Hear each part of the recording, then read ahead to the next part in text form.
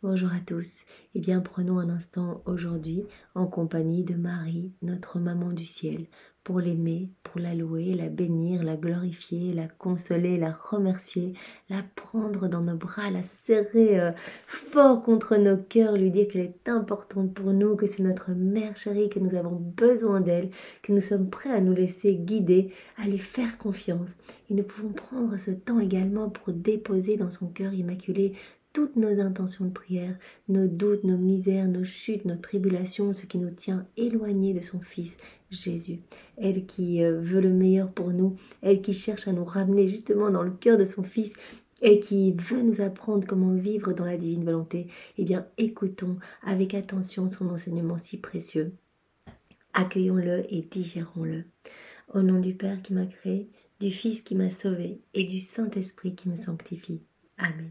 Jésus, je me plonge dans ta divine volonté, je m'unis à toi, je m'identifie à toi, je me consume en toi, je fonds ma volonté dans la tienne et je te demande, Seigneur, de prononcer ton ephata sur mon cœur, sur mon intelligence, pour que je puisse accueillir les mots bénis de ta maman, que je puisse vraiment les laisser infuser en moi et les mettre en pratique, que je puisse m'offrir à toi, Seigneur, que vraiment je puisse me décider à ce changement, te laisser façonner mon âme, Seigneur. Vraiment, je veux être comme une argile molle entre tes mains. Fais de moi ce qui te plaira et donne-moi la grâce de la divine volonté que je te demande par l'intercession de ta maman.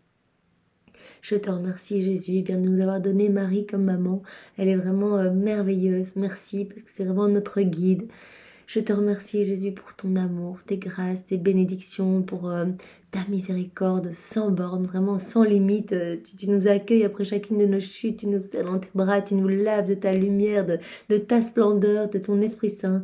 Tu nous laves dans ton sang et tu veux vraiment à chaque fois nous sanctifier. On amène nos fardeaux, on amène nos crasses, on amène nos ordures et toi, tu te sers de tout pour élargir les frontières de la divine volonté dans nos cœurs. Tu te sers de tout pour nous faire grandir en sainteté, pour nous faire grandir dans cette ressemblance à toi. Alors merci Jésus, merci infiniment au nom de tous ceux qui ne te remercient jamais.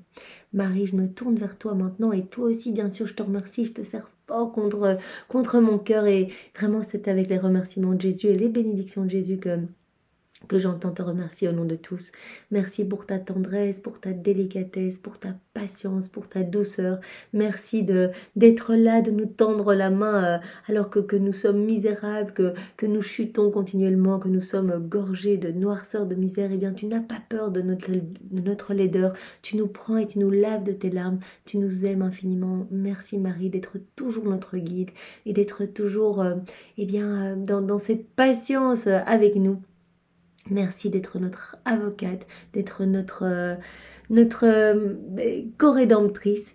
Merci infiniment au nom de tous. Et je te demande vraiment pardon pour tous ceux qui ne te reconnaissent pas comme leur mère, comme leur reine, pour tous ceux qui ne t'aiment pas, tous ceux qui n'aiment pas Jésus, tous ceux qui ont le cœur froid, fermé, indifférent, qui agissent vraiment dans leur volonté propre. Je te demande pardon vraiment de tout mon cœur pour toutes ces fois où nous avons préféré agir dans notre volonté humaine, où nous avons étouffé la divine volonté dans nos cœurs et nous avons par là même fait souffrir Jésus, nous lui avons causé toutes ces petites morts continuelles et nous avons transpercé également ton cœur de glaive.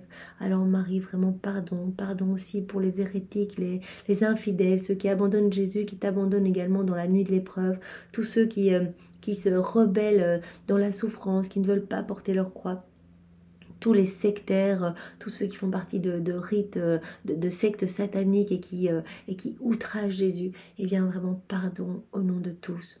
Et je veux en réparation, Marie, t'offrir un baume consolateur et réparateur pour ton cœur. Aussi, je t'offre l'amour le plus parfait, je t'offre l'amour même de Jésus. Je récapitule tous ces baisers, je reprends toutes ces caresses, toutes ces bénédictions, tous ces mots tendres qu'il avait l'habitude de te dire. Eh bien, je te redonne tout maintenant, au nom de tous. J'y ajoute tous les actes d'amour qu'il a placés dans l'œuvre de la création, tous les actes d'amour qu'il a placés dans l'œuvre de la rédemption et tous ceux qu'il a placés dans l'œuvre de la sanctification. J'ajoute bien sûr l'amour du Père, l'amour de l'Esprit Saint et tous les actes d'amour de tous les saints, martyrs, les apôtres, de tous les temps.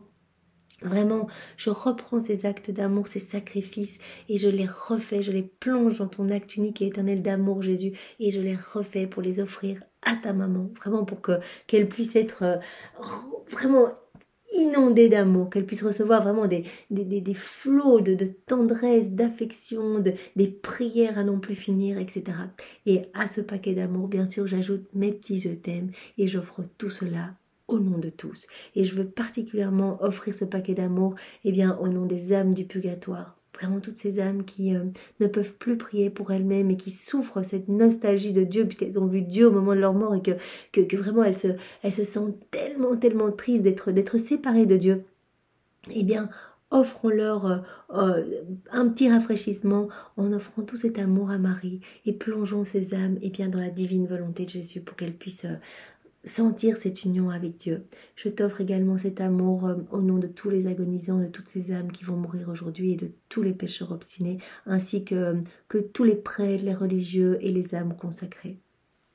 Reine Immaculée, ma Mère du ciel, je viens sur tes genoux maternels aujourd'hui, comme ton enfant chéri, et une fois de plus, j'aime m'abandonner entre tes bras, Marie, parce que je te fais entièrement confiance. Je te demande, avec les soupirs les plus ardents, ce mois de mai qui t'est consacré, c'est ton mois, Marie, et Jésus ne peut rien te refuser, alors je te demande la plus grande grâce qui soit, celle de me donner la grâce de vivre dans la divine volonté. Permets-moi de vivre dans ce royaume, toi qui en es la reine, Marie. Admets-moi vraiment comme ton propre enfant pour que je puisse y vivre. Que ce ne soit plus un royaume désert, mais qu'il soit peuplé de tous les hommes. Aussi, je vais avec toi faire le tour de tous les cœurs, Marie, et nous allons déposer eh bien, une petite semence de la divine volonté dans chaque cœur, ainsi que la paix de Jésus, sa douceur, sa patience, tous ses attributs divins pour que toutes les âmes puissent vraiment s'émerveiller de cet amour, puissent vraiment se sentir comme transformées et désirer ardemment cette union sanctifiante. Je me confie à toi, Marie, aujourd'hui, toi, Reine toute puissante, afin que tu guides tous mes pas. Chacun de mes pas, je veux vraiment que ce soit toi qui les guides. Et je veux que tu m'amènes vraiment dans ce royaume pour que j'y vive continuellement. Tu seras ma mère et à ce titre, eh bien, je te donne ma volonté propre. Voilà, cette volonté qui fait périr mon âme, qui n'amène que vraiment choses vilaines et sombres dans mon cœur, eh bien, je te la remets. Et je te demande d'aller la donner à Jésus pour qu'il me l'échange contre une petite gorgée, une petite goutte de sa divine volonté.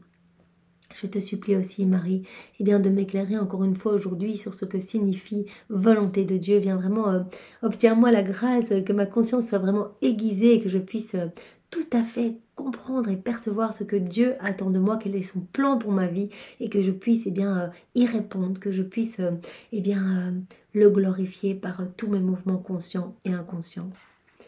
Marie, au nom de tous, dans la divine volonté de Jésus, je te salue Marie, pleine de grâce, le Seigneur est avec toi. Tu es bénie entre toutes les femmes, et Jésus, ton enfant, est béni. Sainte Maman, Mère de Dieu, prie pour nous pauvres pécheurs, et répands les effets de ta flamme d'amour dans tous nos cœurs, maintenant et à l'heure de notre mort. Amen. Alors Marie va détailler aujourd'hui et les 2 prochains jours ce que nous avons vu hier de manière très synthétique. Donc nous allons approfondir aujourd'hui la circoncision de Jésus. Demain nous allons approfondir sa présentation au temple et après-demain nous allons approfondir eh bien, la venue des rois mages. Maman divine, ton amour m'appelle puissamment auprès de toi, car tu veux m'associer à tes joies et tes douleurs pour les enfermer dans mon cœur comme gage de ton amour et de celui du petit enfant Jésus. Tu veux qu'ainsi je comprenne combien tous les deux vous m'avez aimé et combien je dois vous imiter en prenant votre vie pour modèle, de sorte que la mienne en soit une copie parfaite. Marie, tu voudrais vraiment que nous soyons tous des copies parfaites de Jésus, que vraiment nous regardions attentivement bien, tout ce qu'il a fait et que nous le laissions continuer sa vie en nous, que nous devenions des extensions de sa propre humanité et qu'il puisse se réjouir à agir dans nos humanités que nous lui offrons. Et toi, aide-moi, Sainte Maman, pour que je parvienne à vous imiter. Vous deux qui étiez totalement dans la divine volonté, qui viviez tout en même temps, vos 2 cœurs totalement unis, eh bien je vous prends comme modèle, guidez-moi, moi aussi je veux vivre dans la divine volonté. Fille très chère, comme j'ai envie que tu sois là pour te parler de notre douloureuse histoire d'amour, la compagnie d'un être qui vous aime rend les joies plus tendres et plus suaves. et leur donne plus de prix. En sa présence, la douleur qu'on éprouve s'en trouve adoucie et consolée.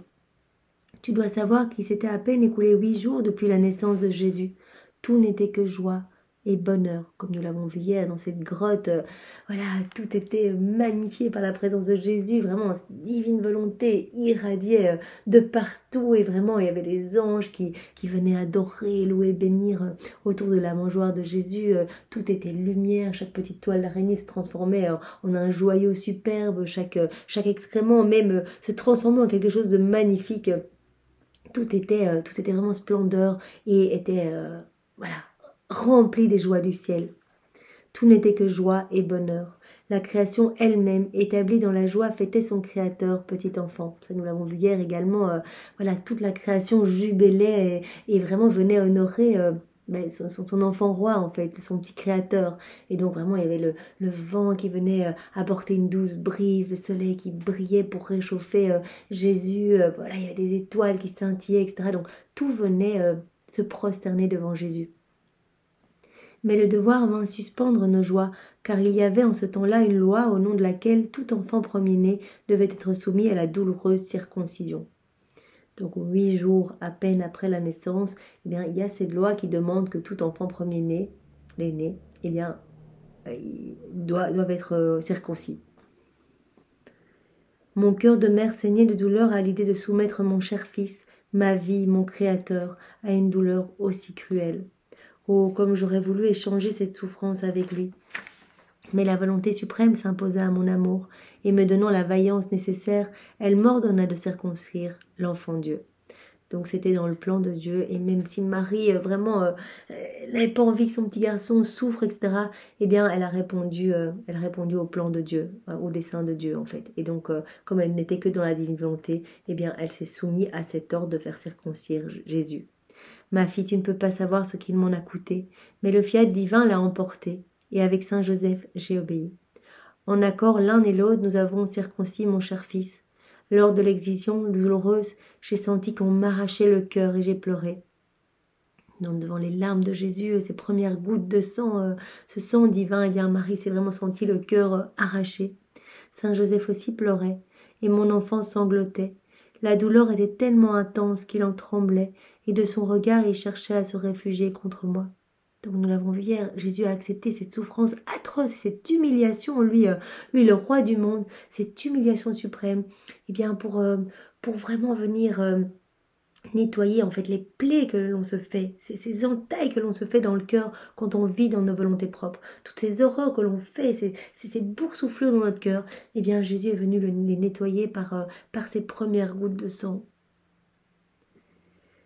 La douleur était tellement intense que Jésus tremblait et de son regard il cherchait à se réfugier contre moi. Quelles heures de souffrance intense pour nous trois. Ce fut tellement dur que les créatures en furent toutes remuées plus que la mère elle-même. Ainsi furent offerts le premier gage et la vie même de mon fils pour que toutes les créatures soient sauvées. Première goutte de sang pour le salut des hommes. Ô ma fille bénie, il faut que tu saches que cette excision renfermait en elle-même de profonds mystères.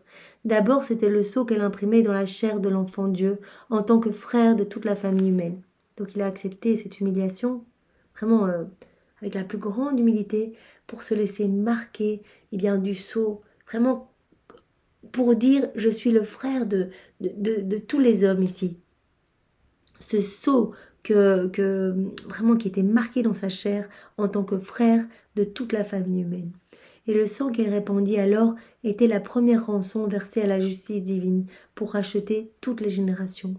Le cher enfant était certes innocent, il n'était donc pas tenu d'observer la loi, mais il a voulu s'y soumettre, d'abord pour nous donner l'exemple, ensuite pour nous donner confiance et courage, et dire à tous. Il nous montre l'exemple, l'humilité, vraiment il nous appelle à cette humilité.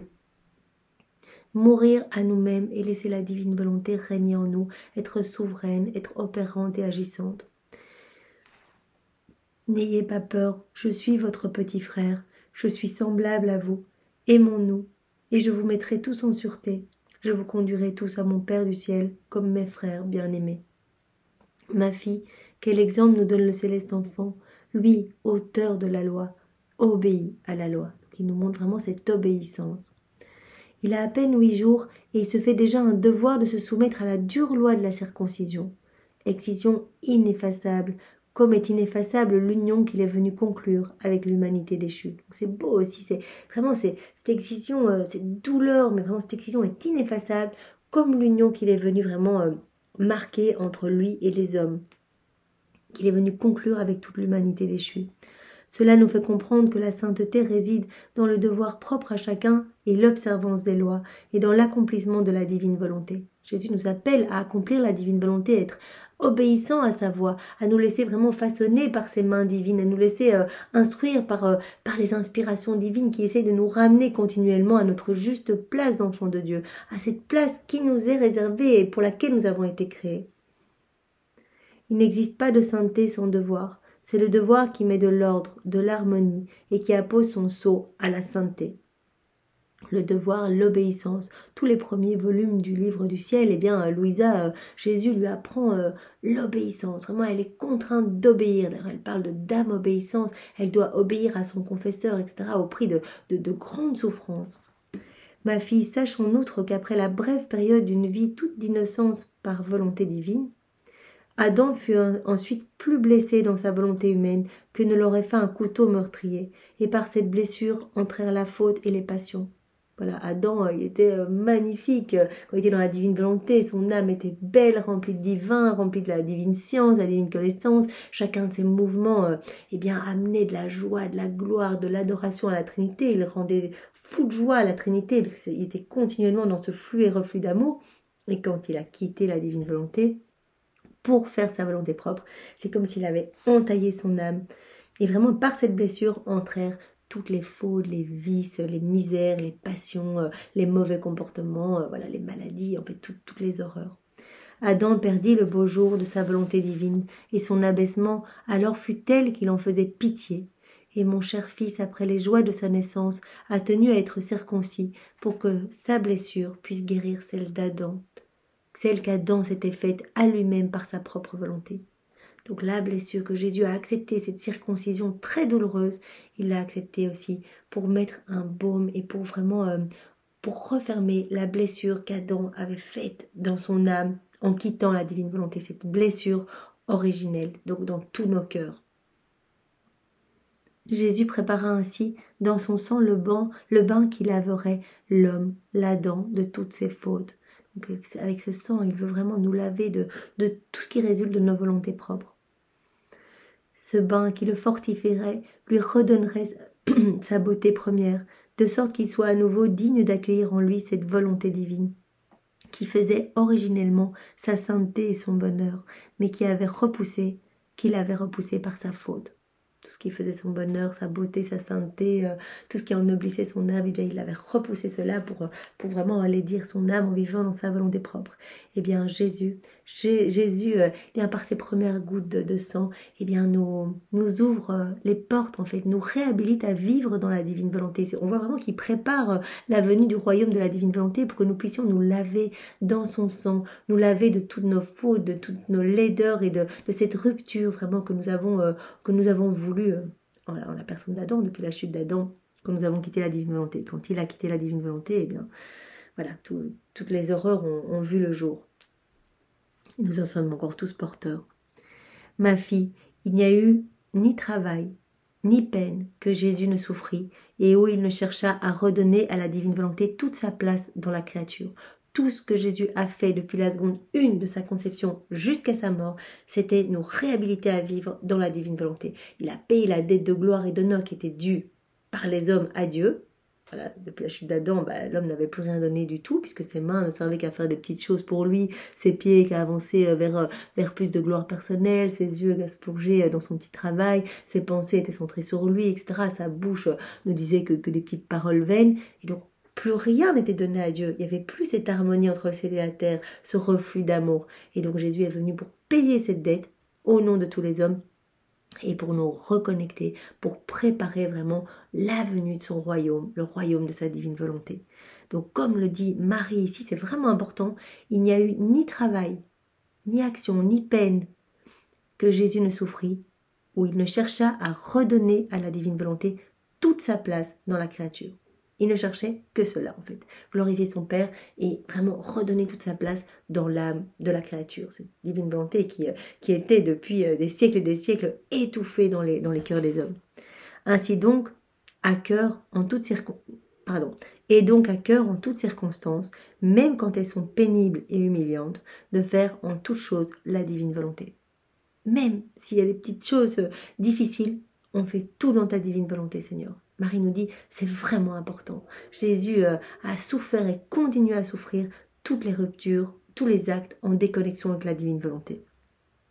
Parce que c'est là la matière première dans laquelle se cache la volonté divine pour opérer dans la créature. C'est le moyen que le vouloir divin emploie pour établir sa vie et la mettre à l'œuvre dans la créature. C'est la seule façon, s'immerger dans la divine volonté, laisser Jésus agir en nous, laisser la divine volonté opérer en nous. C'est la seule façon bien que la vie divine puisse croître en nous. Pourtant, ma très chère fille, au milieu de tant de douleurs, la joie la plus sublime a surgi, au point de sécher nos larmes. En même temps que l'enfant était circoncis, nous lui avons donné le très saint nom de Jésus voulu par l'ange. Donc à chaque peine, il y a une consolation divine, il y a une joie divine. C'est vraiment intéressant, on peut le voir aussi dans les 7 douleurs et 7 allégresses de Saint Joseph. À chaque peine qui est autorisée par le divin vouloir, il y a vraiment une joie qui est donnée pour apaiser le cœur. Et donc là, au milieu de ces souffrances, de ces douleurs, Marie dit, nous avons reçu la joie sublime du ciel de pouvoir donner le doux nom de Jésus. Ce nom très saint de Jésus, voulu par l'ange. En prononçant ce nom très saint, notre joie et notre plénitude furent telles que notre douleur en fut adoucie. À chaque fois, il y a un adoucissement, vraiment quelque chose, une joie qui est donnée pour apporter un réconfort. Une grâce donnée pour porter la souffrance. Quiconque l'aurait cherché aurait trouvé dans ce nom bien plus que le nom lui-même. Il y aurait trouvé le baume contre ses douleurs, le bouclier contre les dangers, la victoire sur les tentations, la main pour ne pas tomber dans le péché, le remède à tous ses maux. C'est magnifique. Donc déjà, quand nous nous sentons vraiment chuter aux prises des forces du mal, etc., prononçons le doux nom de Jésus. Marie nous le dit, dans ce nom, c'est bien plus qu'un nom, il y a tout, il y a le remède à tous vos maux, il y a vraiment un baume à toutes vos douleurs, il y a la victoire sur toutes les tentations.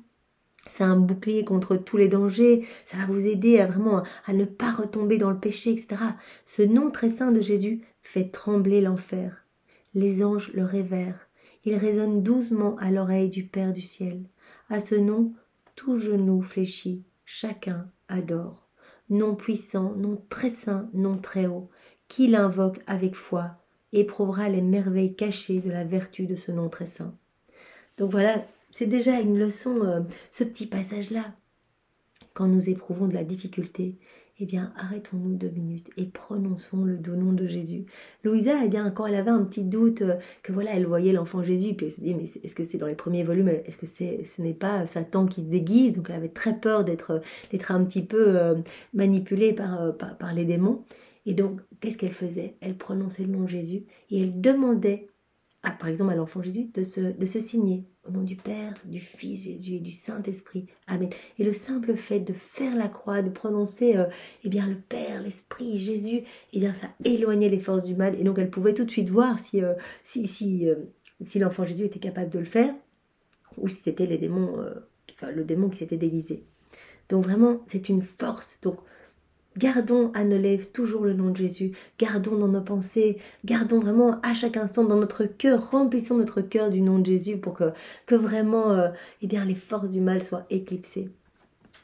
Maintenant ma fille, je te le recommande, ne cesse pas d'invoquer ce nom de Jésus. Quand tu vois que ta volonté humaine, trop faible et sur le point de flancher, hésite à faire la divine volonté, parfois on ne sait pas très bien, on se dit finalement on n'est peut-être pas digne de faire la divine volonté parce que vraiment on vient de faire un péché, on se dit on va pas appeler Jésus, on n'est pas légitime pour appeler en fait. Ça c'est le travail de l'ennemi en nous, pour qu'on ne revienne pas dans la divine volonté, parce que les démons ont horreur de la divine volonté, parce qu'ils voient se créer en l'âme ce que eux ont perdu, ce paradis magnifique, cette lumière, cette beauté, et donc cette lumière vraiment les fait fuir, ils ont horreur de cette lumière, donc ils vont tout faire pour que vraiment on ne retourne pas dans la divine volonté. Donc ils vont vraiment nous faire une espèce de réflexion mentale pour qu'on se dise mais oui mais finalement je suis un peu gênée de demander à Jésus de venir faire ça en moi ou de le faire dans la divine volonté, alors que peut-être que je viens de manquer de patience ou quelque chose comme ça. Et donc, Marie nous donne ce truc. Quand tu sens vraiment que les forces du mal se déchaînent sur toi, je te recommande de ne jamais cesser d'invoquer le nom de Jésus. Quand tu vois que ta volonté humaine, par exemple, est trop faible, est sur le point de flancher, elle hésite à faire la divine volonté, le nom de Jésus la fera renaître dans le divin fiat. Si tu es accablé, triste, appelle Jésus. Si tu travailles, appelle Jésus. Si tu dors, appelle Jésus. Si tu te réveilles, que ta première parole soit Jésus, Jésus, Jésus. Appelle-le sans cesse. C'est le nom qui contient tous les trésors de grâce, mais qui ne peut les donner qu'à ceux qui l'invoquent et l'aiment. Donc vraiment, retenons ça pour aujourd'hui, que voilà, on peut demander cette humilité comme Jésus qui a accepté cet abaissement au point de vraiment d'obéir à la loi et de se laisser circoncire pour vraiment nous laver de nos fautes, de ce qui résulte de nos volontés propres. Et retenons aussi pour aujourd'hui d'invoquer le nom de Jésus continuellement dans nos journées, le matin, le soir, dans chacune de nos actions. C'est pour ça qu'on dit Jésus vient faire ça en moi, on prononce Jésus à son nom et on lui donne l'autorisation de faire l'acte en nous, de vraiment de transformer notre vie en une source de lumière jaillissant sa lumière à lui. Maman du ciel, combien dois-je te remercier pour les si belles leçons que tu m'as données. De grâce, je t'en prie, écris-les dans mon cœur, afin que je ne les oublie jamais. Je te prie de baigner mon âme dans le sang de l'enfant du ciel, afin qu'il guérisse les blessures de ma volonté humaine. Oui, maman, viens vraiment, on reprend ces petites gouttes qui ont coulé lors de la circoncision de Jésus, et viens laver mon cœur, laver tous les cœurs, laver toutes nos misères, tout ce qui résulte vraiment de notre orgueil, de notre volonté humaine. Je te prie de baigner mon âme dans ce sang précieux, le sang de Jésus, afin qu'il guérisse les blessures de ma volonté humaine. Et pour y enfermer la divine volonté, je te demande, maman, d'écrire le très saint nom de Jésus comme des scellés sur chacune de mes blessures. Voilà, toutes ces plaies, tout ce que j'ai fait, chaque fois que j'ai agi sans Jésus, eh bien, je te demande de venir graver le nom de Jésus dans toutes ces plaies pour que vraiment elles puissent se refermer, que mon âme puisse s'ennoblir, s'embellir par la présence de Jésus, par vraiment son amour et ton amour, Marie. Aujourd'hui, voici le sacrifice que Marie nous demande. Pour m'honorer aujourd'hui, tu feras 5 actes d'amour envers le nom très saint de Jésus, et tu joindras ta plainte à la mienne, dans la douleur que j'ai soufferte lors de la circoncision de mon fils Jésus. Donc on peut unir nos souffrances à celles de la Vierge Marie qui a vraiment souffert quand elle a conduit Jésus pour la circoncision, ou quand elle a vu Jésus pleurer, elle a vraiment souffert, donc elle dit « unis tes peines aux miennes ». Et aujourd'hui, pour m'honorer, tu vas m'offrir 5 actes d'amour envers le nom très saint de Jésus. Elle nous donne une prière pour aujourd'hui. « Maman, écris dans mon cœur le nom de Jésus, afin qu'il me donne la grâce de vivre de volonté divine. » On va demander à Marie directement de venir graver en lettres d'or le nom de Jésus dans notre cœur, pour qu'il puisse vraiment... qu'il puisse être le roi de notre vie, le roi de notre âme, et que la grâce de la vie dans la divine volonté puisse nous être donnée. Merci Marie pour ce bel enseignement. Sois louée, bénie et glorifiée au nom de tous. Au nom du Père et du Fils et du Saint-Esprit. Amen. Bel après-midi à tous. Au revoir.